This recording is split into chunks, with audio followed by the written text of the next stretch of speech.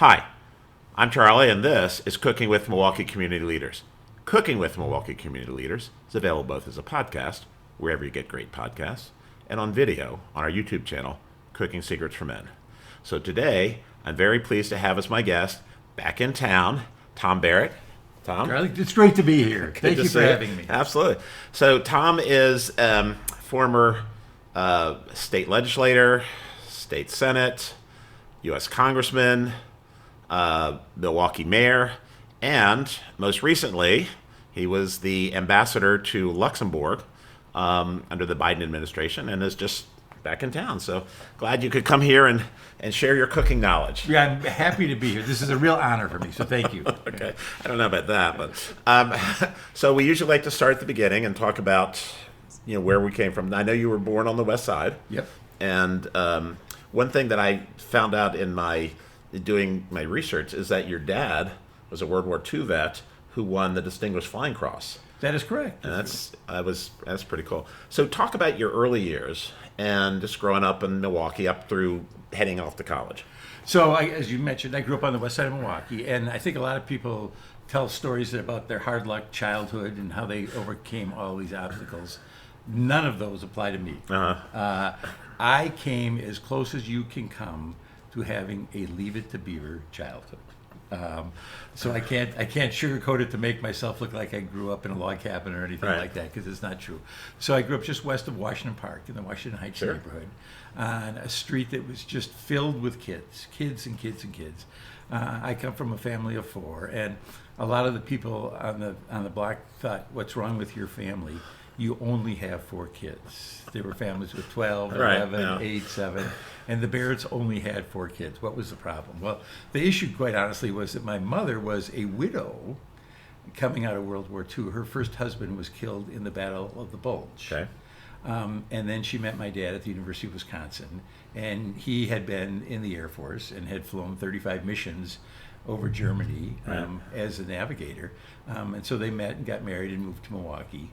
And so my brother and 2 sisters and I grew up on the west side and went to the local schools, and just had a wonderful neighborhood, to the point when my wife and I had our 4th child, we were living on the west side but a different neighborhood. And I said, "Well, we should look into the Washington Heights neighborhood. We should look at the neighborhood where I grew up." And her response was, "You're already fixated in your childhood. I don't want to relive your childhood." Because I always talked about what a great childhood I had. Right. And so I wore her down, and we've been on the same house on the west side, about 150 yards from the house I grew up in, for 26 years. So we're off to college. You go to Madison, get your undergrad in economics. Yep. And just as very tangentially, my son Luke also got an undergrad in economics. But he worked for you. He was an intern. Yep. A first year here in Milwaukee, and what was funny is he knew more people in town than we did from working in the mayor's office. You meet a lot of people in the mayor's office. Yeah. So I thought that was very interesting. And then you get your JD also at Madison. So was there a plan after graduating? Well, so my plan initially, when I was done as an undergrad, I decided I was going to take a year off from school and just do something interesting. I always thought I wanted to go back and get a law degree. So my plan in candor was to come home. I was living. Excuse me, the audience is restless out there. My plan was to come home and sit in my parents' living room, or whatever it was, and read old Sports Illustrated. That was my plan, and I'm not kidding. A good plan. Well, the plan lasted for about 2 days, and my mother came in and said, "Well, what's your plan now?" And I said, "Well, my plan is to sit here and read Sports Illustrated." And she said, "That is not your plan. Go out and get a job." Again, I had just gotten my undergrad, and so I literally got in the car and started driving west on Capitol Drive, and drove past what was then a Harley-Davidson plant on about 130th and Capitol, and it said, "Help wanted." So I went in and got hired, and so my first job out of college was working on the line at Harley-Davidson. That was about a 5 or 6 month job, and then I unloaded trucks, and then I went back to law school. But I couldn't wait to get to law school. Well, no, I enjoyed it. It, and it was interesting. I was glad I did it. I was very glad I did it. Yeah. But I always had this political interest. I think it was just from growing up at that time. I just found it interesting. And I thought someday I'd like to do that. So then that sort of became my plan. And actually what happened was there was a book, they still have the book, and it's called the Blue Book. It's the state of Wisconsin puts it out. And it talks all about state government. Well, then they have a little paragraph on each state representative and state senator and congressman and senator and you name it, Supreme Court justices. And I'm going through it, and I'm noting that for the congressman and the senator and the governor, that all of them, maybe with an exception of one or two, had experience in the state legislature. And I remember going through there thinking, that's where I'm going. I'm going to have to figure out how to get to the state legislature. And so I worked, actually when I got out of law school, then I worked for a federal judge, Judge Robert Warren, a great man, the last appointee of Richard Nixon. Really? So he was a Republican judge. He hired me. He was a great guy. Here in Milwaukee? Here in Milwaukee. Okay. And then the day I left there, I ran for the state assembly and lost. But I still had the bug, and I thought, okay, I promised myself after I lost a very, very close race, I thought, I'm going to be pleasant and present. I'm not going to be a sore loser. I'm not going to disappear. Hopefully I'll get another shot, which happened within a year. And then I went to the state legislature. So you're in state legislature in the House, and then move over to the state Senate. And then transition, you ran for Congress. Right. January of 1990, I get a call from Jim Moody, who had been the congressman for a long time, and he wanted to meet with me, and he explained to me that his plan was basically to leave the House in 1992 and to run for the Senate, or just to leave, but he needed someone to help U.S. him. Senate. Yeah, U.S. Senate. Okay. And he needed someone to help him, asked me to be his co-chair for re-election for the 1990 campaign, and I said, I'd be happy to do it, but I have to be transparent with you. If you're leaving your seat, I'm going to run for your seat. He said, well, I figured that. That's why I'm asking you. I knew I was going to be running for Congress, which I did for 10 years. I loved it. I don't miss it for a second. And I still remember that I'd be calling, and I'd be in my office in the Cannon building or the Rayburn building, and it'd be evening, and I'd have nothing to do, so I'm working, and I'd call her, and she'd pick up the phone, and she wasn't mad or anything. All she would do is pick up the phone and say, I can't talk now. Click. Because she was giving a kid a bath, or she was putting someone to bed. And so I thought, okay, you have to make choices in life. And I thought, all right, I'm going to come. So came back and ran for governor. That didn't work out, and I was working in a law firm. But I learned within 3 or 4 months, I still had the needle in the arm, as I would describe it, in terms of politics, right. And so that's when I ran for mayor. And so you were a 4-term mayor. Actually, 5. I won 5 elections as mayor. 5-term mayor, and would probably still be mayor now if it weren't for being asked to be the ambassador. And I loved that job too. I really did. One of the things that I never talked about towards the end of my time as mayor is by the time I left, I was the longest serving at that time big city mayor. If you look at the 75 largest cities, right. I was their longest. And I never talked about that because I thought, well, people are going to say, well, get him out. Exactly. If he's been around that long, let's get rid of him. So I thought, let's just brush over that. Actually studied for a month as an undergrad at the UN, and always thought that was really interesting, the international part. But I didn't feel worthy because I wasn't multilingual, and all these people are going to Georgetown and stuff like that. And so, as the circle goes round, the opportunity came, and first thing I wanted to do, of course, when the White House called me, was to call my wife, which I could not do because she was literally at her retirement luncheon as a teacher. So the timing worked out very, very well. Good. So the ambassador. So I think most people have at least some idea of what state legislators do and what congressmen do and mayors and governors, because they're in the news all the time, and it's there's no big secrets that how they do their day-to-day work and blah blah. But ambassador, how many people really know what an ambassador does if the country is not being in conflict, or you're being called to the president's office or whatever? So talk a little bit about what you knew about before you went over there, what you didn't know, and the things you learned as you Well, went through it. so when the president contacted me and asked me to do it, the first thing I did was I went to Wikipedia to look up Luxembourg, and I looked at it, and this is, again, literally my thought process. Oh, there's 620,000 people there, a little over 600,000. Milwaukee, a little under 600,000. I can do this. So it's essentially, so it's a very small country, very small, incredibly wealthy. And I knew the name, Right. if for no other reason that my grandmother and my mother was born in Sturgeon Bay, and so we would travel up there to see her. And this is before the expressway was even built. And in the 1950s, to get to Sturgeon Bay from Milwaukee, you had to go through Belgium, Wisconsin, and then go up through Luxembourg, Wisconsin. Uh-huh. And my father used to say to us, "You kids are so lucky. We take you to these foreign countries." And we had no idea what he was talking about, but I knew of Luxembourg from going to Door County, and Right. so I knew that. So the White House, when they obviously this is all during COVID, the Zoom stuff, they want to do the background check, and the first thing they say is, "Well, all right, tell us the bad things. Right. We don't want any surprises. So tell us what." And I said, "Well, to start out, I've never been to Luxembourg." And they said, "Oh, that's not a problem. That's not a problem." So my big fear of not having been there. But when people used to ask me, "Well, what does an ambassador do?" I'd say, "Well, I ambass." But Is that in the dictionary? no, it's not. Okay. I do think what people don't realize, and I never really thought about it, there has to be a mechanism for one government to literally, and I mean literally, talk to another government. And the answer is through the ambassador, and probably more regularly through the foreign service officers who deliver these démarches.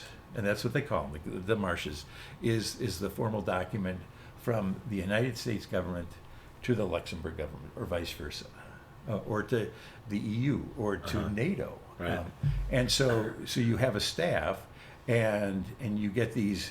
And this was part of my education, because there's an ambassador school. Oh. And I went to an ambassador school In D.C.? In D.C. Uh-huh. It's a little over 3 weeks, and there were 29 of us, 14 political, 15 professional.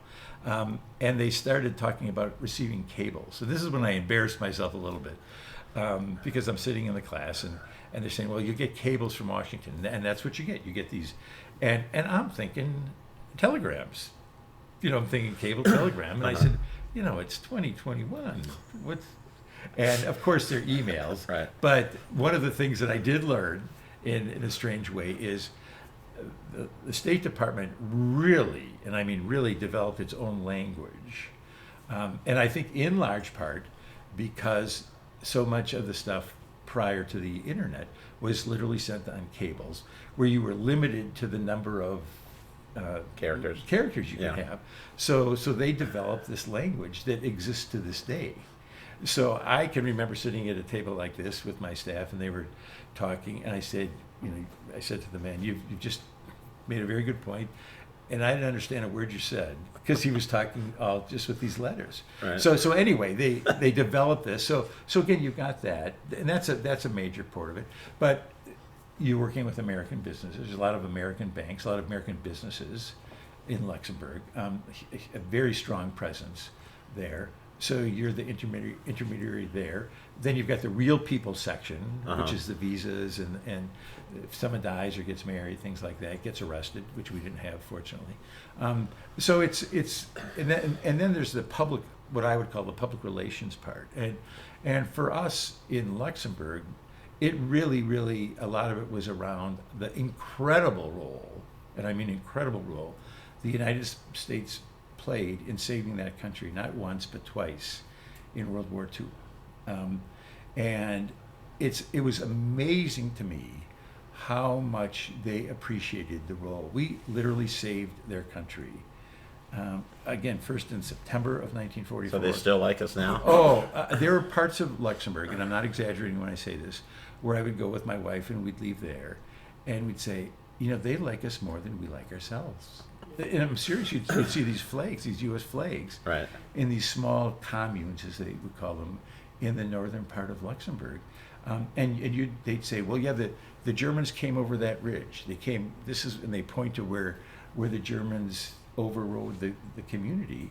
One of the most touching moments was actually back to Luxembourg City, where this woman in her 80s was saying how when she was a little girl, she and her sister had to have a suitcase packed. Her parents had to have a suitcase packed in case the Nazi soldiers came and told them to leave their house, that they were going to take it over. That didn't happen.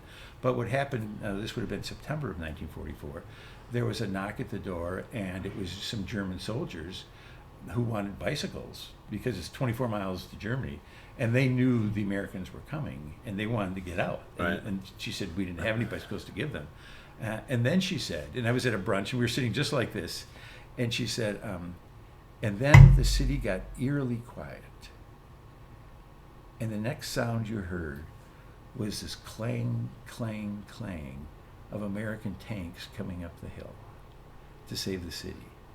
And as she's telling me this, I was literally getting goosebumps. And I thought, this is an amazing story. And then I thought, who's going to tell this story in 10 years? Because she's 85 years old. Right. And so part of the job of the embassy, the unique job of the embassy in Luxembourg, is to keep that story alive for Luxembourg and for the United States, for young people. And what I used to say is, look, you talk to a 14-year-old about World War II, you might as well be talking about the Crusades because it's 80 years ago. Right. It wasn't in their lifetime, it wasn't in their parents' lifetime. So that that's part of the fabric of what you're trying to do, and the struggle we had, if you want to call it that, the big issues were, and this is all in the news. And this is prior to President Trump, was getting the defense spending up in Luxembourg, Right, which was NATO. a real issue for NATO. Yeah. And then their ties to the Chinese, because they're a financial center, and the Chinese have a strong interest there. And the concern out of the State Department was that they were getting too cozy with the Chinese, if you will. And they pushed back and said, well, you have ties to the Chinese. And my response was, in essence, yes, we do. But we're sort of putting our foot on the brake, not to stop the car, but to slow it down. Right. And you've got your foot on the accelerator. So it's, and I would say, this is maybe where I wasn't the perfect diplomat, or it was a perfect diplomat. I said, there's this video I really love. It's Michael Bublé, believe it or not, and it's Save the Last Dance for Me. It's a tango video. It's a great video. It really is a great video. I said, you should watch that video and think about the role the United States played in Luxembourg, and save the last dance for us. Because we want to have those, and I did want to have the ties. Now, again, that seems like a million years ago, 4 months into the Trump administration, but we really were trying to nurture that relationship. We would have visitors, not surprisingly, because I know a lot of people from here. Yes, and we know many of them. Yes, and one of my assistants came in early on, and she said, "Mr. Ambassador, ambassadors don't usually meet with people who are just traveling through." And I said, "Oh, I understand that. I understand." I said, "Just so you know, if they're from Milwaukee or Wisconsin, there's a pretty good chance I'm going to say yes." And part of my thinking was, look, nobody knows what the State Department does. And so I'm going to use the line used, because that's the line I used, was we have to pull the curtain back. Right. And if you want people to support foreign policy, if you want them to support the State Department, it can't be this Wizard of Oz behind a curtain. You have to open it up a little bit. And so I felt, in my own self-serving way, right, okay, we're going to let a lot of people from Wisconsin know what the State Department does, and have them come into the embassy and have them come into the residence, because they don't get the chance. I'm serious. We knew many. How many people do you think we were parties with or dinner with? Oh yeah, we were over in Europe and we stopped by Luxembourg to see Tom. We just dropped in. We had 47 relatives. They came from my wife's side, and as I described it, I had cousins I didn't even think liked me. That's right. It was fascinating, because the residence we lived in, which is a nice, it wasn't over the top. Right. Ours was a very, very nice residence. But the significance of it was, in World War II, when the Nazis overtook Luxembourg. They made it a state within Germany. And so Hitler appointed a Gauleiter, I think is how you pronounce it, a governor of the state of Luxembourg. And that governor, Gustav Simon, lived in our residence. So the guy who ran the Nazi government in World War II lived in the house we did. And so in 44, again, as the Americans are coming in the first week of September, and I didn't know any of this stuff till I got there, but now I can talk about it like I'm talking about the Brewers score or something like that. He took all the furniture out of the house and tried to burn down the embassy, which is adjacent to it, unsuccessfully, because I assume that's where they had a lot of papers, and then headed back to Germany, which is 25 miles away. Within 15 months, he was dead. The British found him, but it was a little, I don't want to say spooky, but it was, and then when we liberated him again, Belgium got the house, and then they turned it over to the United States. From what I read at one time, I haven't been able to really confirm this, essentially for what they owed us under the Lend-Lease Act. So we got this very nice residence. A little bartering going on there. Yeah. All right, so Get to work? love to hear that story. So yeah, we're gonna have a little fun. So I'm gonna give you an apron. Okay. So as I told you on the phone, my specialties are toast and popcorn. There you go. So I am really going out on a limb here. We're gonna.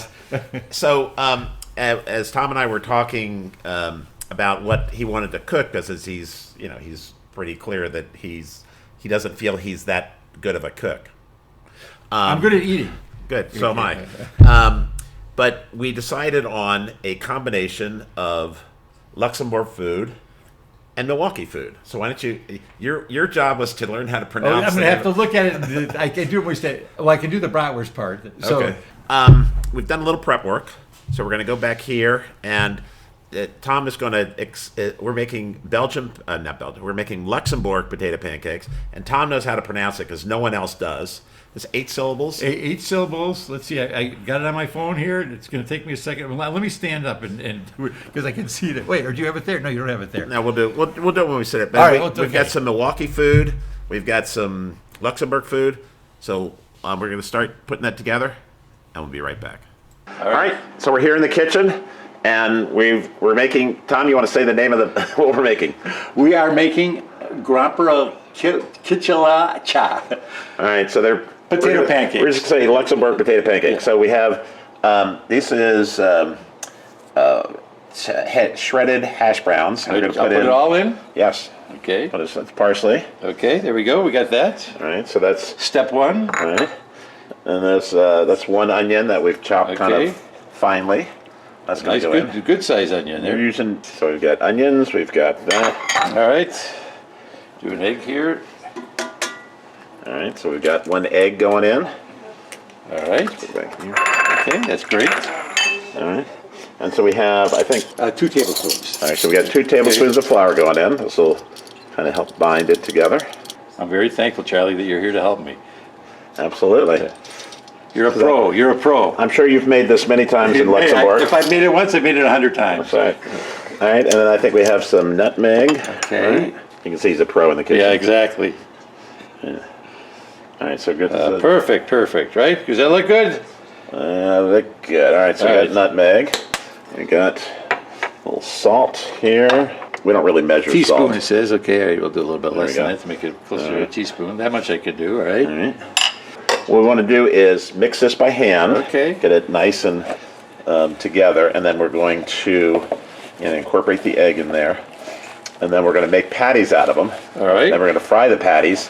And then, being that we're in Wisconsin, we're going to make some brats, and we're going to go out on the grill. Now you're talking. It's a beautiful spring day in Wisconsin, which means it's about 40 degrees. And the sun is kind of out. At least it's not raining. It's a beautiful day. We'll make these, and we'll make some patties. All right. All right, so we're making... How's that doing size-wise? Let's see. There we go. So we're going to make as many as we can make with this. Right. And then we're going to fry them in the big pan. And so give us a minute to put these together, and we'll be right back. All right, so we've got our potato pancakes. Tom's going to put them in the hot oil. All right. And these will not take that long. So, and as we're doing that, we've got some peppers and onions for our brats over there. Look very tasty. Hopefully we can get all these in. One more. All right, let's get all 8 in. There we go. Look at that. We got in. All right, so these will take a minute on one side, and we'll flip them. Give us 1 minute to turn these, and then we'll be. Oh, there's Chef Tom. The work of art. The work of art. All right, be right back. So we're out here on the grill, and Tom is getting our. Day overlooking the river. So we actually have Italian sausages. These are Italian sausages, and we have brats over there because it's my show and I'm Italian. So, so we're having both. So not sure how many we're actually going to eat here. Well, they're parboiled. So all we're trying to do is get a little color on them. I'm burning those already. All right. Well, I'm here too, so I get. All right, this will be enough, right? This is more than enough. Or do you think we should put five of each? Or One more Italian. We got to put more Italian on. All right, so we've got.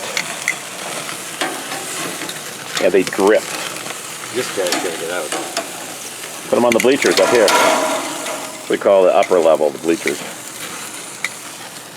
All right. Alrighty. Yeah, so parboiling is great because they're already cooked, and all we're doing is taking warmed sausages, brats, and look at that. Perfect. All right. So Tom, you're handling it great. Oh, this is great. Of course, it's 40 degrees out here, and we're very toasty right here. And we're in We have no complaints. t-shirts on. There's the river. This is our river walk down Milwaukee. The Milwaukee River. Beautiful, beautiful. And there's actually you can't see it from here, but there is a cruise ship around the corner on the KK River. Good. All right. Looks like we're good here. All right. So we're going to take these in, and we're going to have our Milwaukee/Luxembourg meal. It's showtime. All right, so we have finished out on the grill. We've put our potato pancakes here. And Tom, just tell everybody what we got here. Wow, Well, we've got the Gromperekichelcher, the basically pancakes, German pancakes, right. German pancakes, the bratwurst, Luxembourgish, and then a variety of vegetables and onions too. You can see the presentation is out of this world. That's right. But Tom was in charge of presentation. But the taste is going to be even better. So I have total confidence in the taste. All right, so we got a bunch here. Tom, why don't you grab me your plate? Okay. I'll give you a potato pancake. Okay. And we have applesauce. Where's the applesauce? In the middle one. No, that's that one. There you go. That's the audiences. So we got potato pancakes, and you want a brat because you're a Milwaukee guy. Of course. And we got some peppers and onions. Look at this. And Little peppers there. so you got mustard and the audience. There's extra hash browns. Didn't quite make the. All right, so my turn. I'm going to have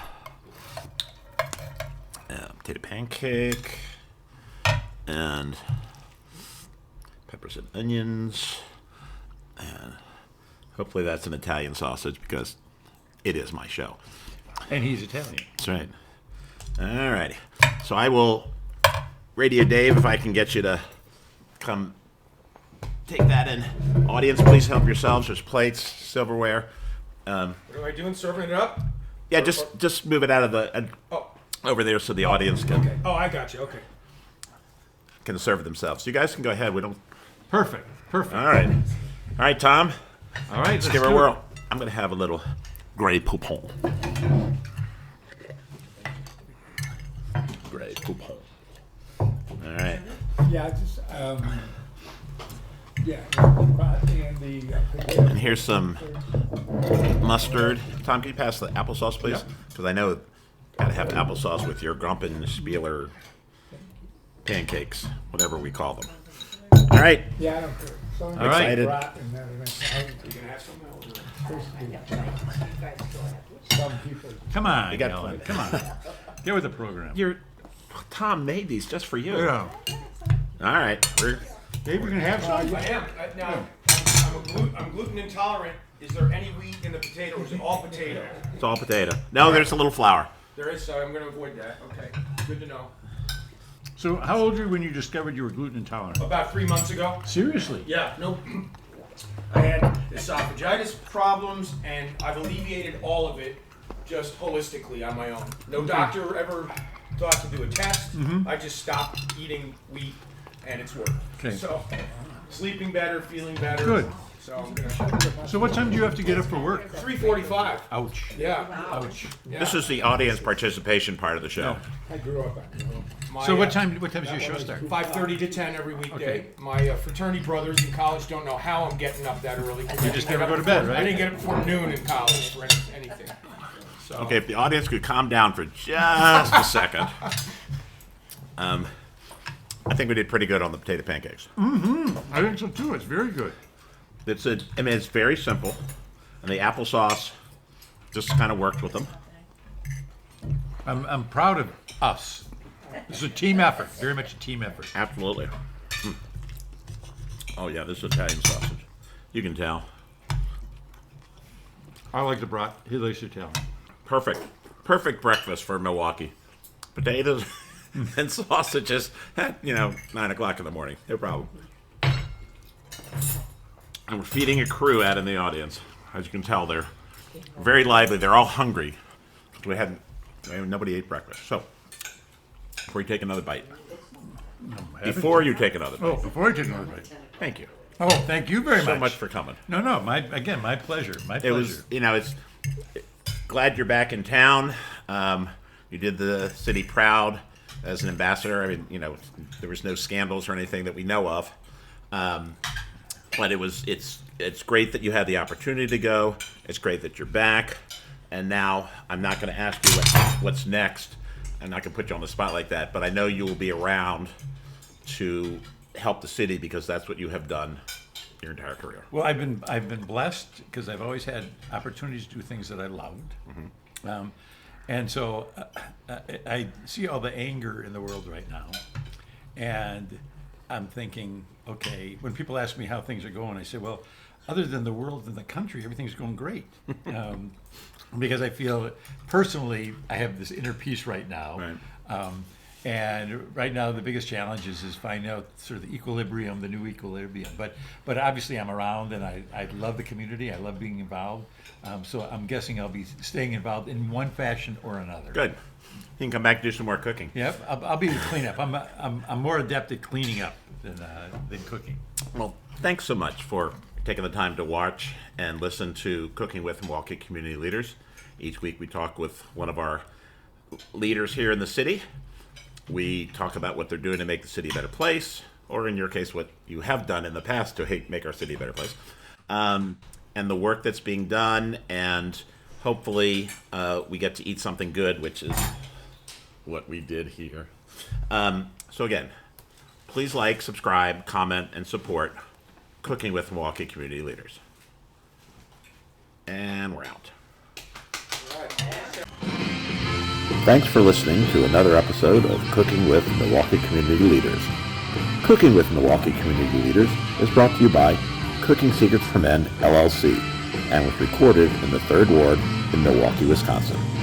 We feature and profile community leaders who are trying to make Milwaukee a better place. The tagline is, serious people with serious jobs having a little fun. Our guests choose the recipes that we use on the show. All of our podcasts are available on iTunes, Spotify, and wherever you get great podcasts. The original YouTube video for this episode is available on our YouTube channel, Cooking Secrets for Men, all rights reserved.